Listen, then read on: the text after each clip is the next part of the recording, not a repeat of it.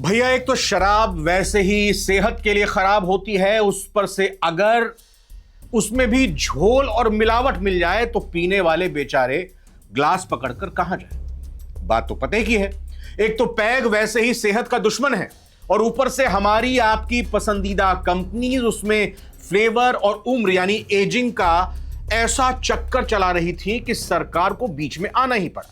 12 साल पुरानी शराब, 25 साल पुरानी शराब, जितनी महंगी शराब उतनी ज्यादा उम्र की वो शराब है। ये बड़ा झोल था और कई सारे इसमें लूप होल्स हैं। वैधानिक चेतावनी पहले जारी कर देते हैं, डिस्क्लेमर दे देते हैं, मदिरा सेवन स्वास्थ्य के लिए हानिकारक है। ये रिपोर्ट केवल खाद्य सुरक्षा मानकों और सरकारी नियमों की जानकारी के उद्देश्य से बनाई गई है। खबर यह है कि देश के कुछ बेहद मशहूर शराब ब्रांड्स की कुछ खास वैरायटी पर FSSAI ने कार्रवाई की है। नाम सुनकर आप चौंक सकते हैं। ओल्ड मॉन्क, मैकडॉवेल्स, बैकपाइपर, रॉयल चैलेंज, जी हां RC, एंटीक्यूटी ब्लू। तो क्या इन सभी शराबों पर सरकार ने बैन लगा दिया है? अब ये बिकेंगी नहीं बाजार में? क्या ओल्ड मॉन्क की बोतल अब दुकान पर नहीं मिलेगी? क्या मैकडॉवेल्स, रॉयल चैलेंज और बैकपाइपर की बिक्री पूरी तरह से बंद हो गई है? सवाल बहुत सारे इस वक्त तैर रहे हैं सोशल मीडिया पर, लेकिन इनका जवाब है नहीं। यहीं पर इस खबर का सबसे बड़ा ट्विस्ट है। पूरे ब्रांड्स पर बैन की बात नहीं है, बल्कि कुछ खास वैरायटी और उनके लेबलिंग और प्रोडक्ट से जुड़े दावों पर कार्रवाई की गई है। अब सवाल यह है कि आखिर ऐसी क्या गड़बड़ी मिली कि FSSAI को एक्शन लेना पड़ा? और इससे भी बड़ा सवाल, रम और विस्की के नाम पर कंपनीज आखिर क्या बेच रही थी, आपको क्या पिला रही थी? चलिए पूरी खबर सिलसिलेवार समझते हैं। पहले जानिए FSSAI की दिक्कत, या कहें कि FSSAI को किस बात पर दिक्कत परेशानी हुई जो उसको बीच में आना पड़ा। FSSAI यानी food safety and standards authority of India, यह संस्था खाने पीने से जुड़े उत्पादों के मानकों और सुरक्षा से संबंधित नियमों की निगरानी करती है। अब इस पूरे मामले में FSSAI की जांच का फोकस शराब की बोतल पर लिखी जानकारी और उसके अंदर मौजूद प्रोडक्ट की प्रकृति पर रहा है। रिपोर्ट्स के मुताबिक कुछ कंपनीज पर आरोप लगा है कि रम और विस्की में ऐसे बाहरी फ्लेवरिंग तरीकों का इस्तेमाल किया गया जिनकी इजाजत नहीं थी। फिर ऐसा क्यों किया? अब पकड़ में आ गया है। अब यहां एक बात बिल्कुल आसान भाषा में समझिए। रम या विस्की का स्वाद और खुशबू किस तरह से डेवलप होती है, किस तरह से तैयार किया जाता है, उसके लिए नियम और मानक तय हैं FSSAI की तरफ से। लेकिन अगर किसी प्रोडक्ट में बाहर से फ्लेवर डालकर उसे इस तरह से पेश किया जाए जैसे वो सामान्य स्टैंडर्ड रम या विस्की हो, तो नियामक को आपत्ति हो सकती है। FSSAI का कहना है कि ऐसी स्थिति में उपभोक्ता को साफ साफ पता होना चाहिए कि वो स्टैंडर्ड रम या विस्की खरीद रहा है या फिर फ्लेवर वाली स्पिरिट वो पी रहा है। यानी असली सवाल सिर्फ बोतल में अल्कोहल का नहीं है, सवाल है बोतल पर जो दावा किया गया है क्या वो अंदर मौजूद प्रोडक्ट से मेल खाता है। अब आता है ओल्ड मॉन्क का मामला। ओल्ड मॉन्क का नाम देश में रम के सबसे पहचाने जाने वाले नामों में से एक है, लेकिन FSSAI की कार्रवाई को समझने के लिए यहां एक खास उदाहरण सामने आया है। रिपोर्ट के मुताबिक ओल्ड मॉन्क XXX रम की एक वैरायटी पर 7 इयर्स ओल्ड ब्लेंडेड जैसा दावा किया गया था। जांच में दावा किया गया कि इस प्रोडक्ट में मुख्य हिस्सा न्यूट्रल स्पिरिट का था और मैच्योर रम स्पिरिट की मात्रा बेहद कम थी।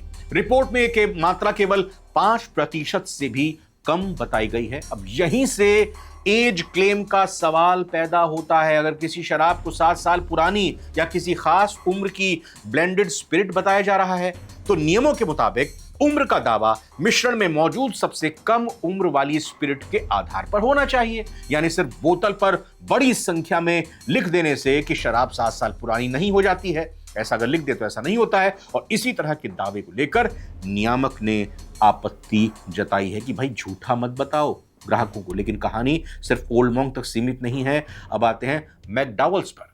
रिपोर्ट्स के मुताबिक यूनाइटेड स्पिरिट्स के मैकडॉवेल्स नंबर 1 रम से जुड़ी कुछ वैरायटी भी कार्रवाई के दायरे में आई है।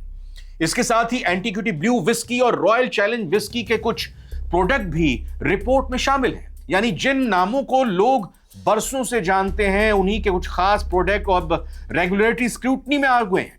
जी हां, फिर से याद कीजिए, फिर से याद रखिए, इसका मतलब यह नहीं है कि पूरे मैकडॉवेल्स या पूरे रॉयल चैलेंज ब्रांड पर देश भर में पूर्ण प्रतिबंध लग गया है, ऐसा नहीं है। भ्रामक जानकारियों से बचिए। कार्रवाई स्पेसिफिक वेरिएंट्स पर बताई गई है। अब बैकपाइपर की बारी है। बैकपाइपर भी इस लिस्ट में सामने आया है। रिपोर्ट के मुताबिक बैकपाइपर डिलक्स, विस्की और कुछ अन्य खास वैरायटी की बिक्री पर रोक की बात कही गई है। इसके अलावा Old Cask Deluxe, triple X rum, Central Province whisky और McDowell's number 1 Celebration mature triple X rum जैसे कुछ उत्पाद भी कार्रवाई के दायरे में बताए गए हैं। तो अगर सोशल मीडिया पर आपको कोई पोस्ट दिखाई दे ओल्ड मॉन्क बैन या मैकडॉवल्स पूरी तरह से बंद, तो फिर आपको परेशान होने की जरूरत नहीं है, या फिर आप इस चीज को यह मत मानिए कि सरकार ने रोक लगा दी है। तो हेडलाइन देखकर तुरंत आप निष्कर्ष कतई भी मत निकालिए, क्योंकि असली खबर यह है कि कुछ खास वैरायटी पर ही कार्रवाई हुई है। आखिर फ्लेवर का विवाद था क्या, अब ये समझते हैं। अब इसे बिल्कुल आसान उदाहरण से समझिए। मान लीजिए किसी बोतल का असली स्वाद और खुशबू प्राकृतिक प्रक्रिया से विकसित नहीं हुई है, बल्कि बाहर से कोई फ्लेवर डालकर उसे एक खास टेस्ट और एरोमा, उसकी खुशबू दी गई है।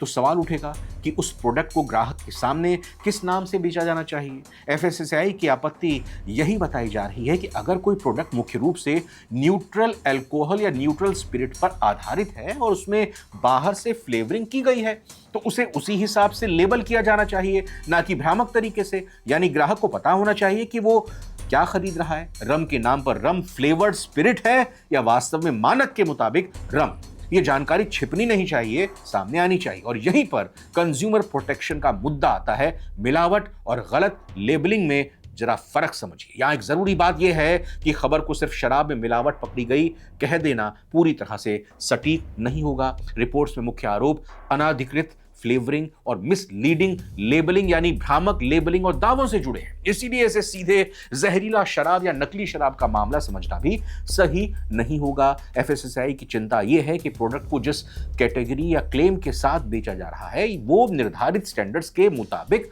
है या फिर नहीं है।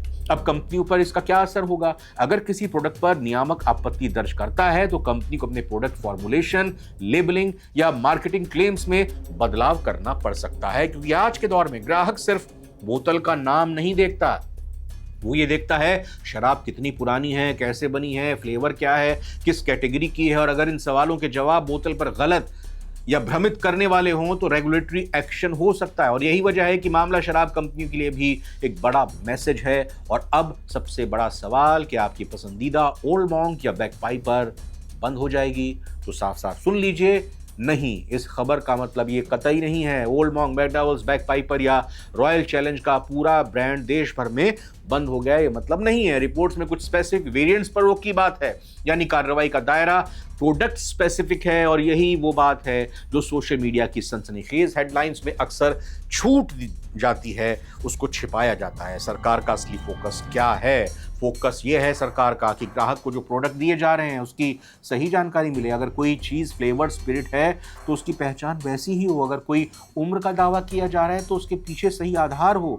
और अगर किसी स्टैंडर्ड कैटेगरी का नाम इस्तेमाल किया जा रहा है तो प्रोडक्ट उस कैटेगरी के निर्धारित मानकों पर खरा उतरे। यानी मामला सिर्फ शराब बेचने का नहीं, मामला है बोतल के अंदर क्या है और बोतल के बाहर क्या बताया जा रहा है। और अगर दोनों में फर्क है तो नियामक की नजर पड़ना तय है। तो पूरी खबर का निष्कर्ष क्या निकलता है? एक तरफ ये देश के बड़े बड़े शराब brand Old Monk, McDowell's, Royal Challenge, Bagpiper और एंटीक्विटी ब्लू, और दूसरी तरफ है एफएसएसएआई की कार्रवाई। और बीच में है सबसे बड़ा सवाल, क्या ग्राहक को प्रोडक्ट के बारे में पूरी और सही जानकारी दी जा रही थी? तो एफएसएसएआई की जांच में कुछ प्रोडक्ट्स को लेकर अनधिकृत फ्लेवरिंग और भ्रामक एज क्लेम जैसी आपत्तियां सामने आई हैं और कुछ खास वैरायटी की बिक्री पर रोक की बात सामने आई। लेकिन इसका मतलब पूरे ब्रांड पर ब्लैंकेट बैन नहीं है। तो अगली बार सोशल मीडिया पर अगर आपको दिखे ओल्ड मॉन्क बंद तो सिर्फ हेडलाइन पढ़कर परेशान मत होइए, देखें कि कौन कौन सी वैरायटी पर कार्रवाई हुई है और वजह क्या बताई गई है। एक बार फिर याद दिला दें, मदिरा सेवन स्वास्थ्य के लिए हानिकारक है। वीडियो पसंद आया हो तो इसे लाइक करें, दोस्तों के साथ शेयर करें और ऐसी हर खबर की अंदर की बात जानने के लिए हमारे चैनल नवभारत टाइम्स को सब्सक्राइब करना ना भूलें। नमस्कार।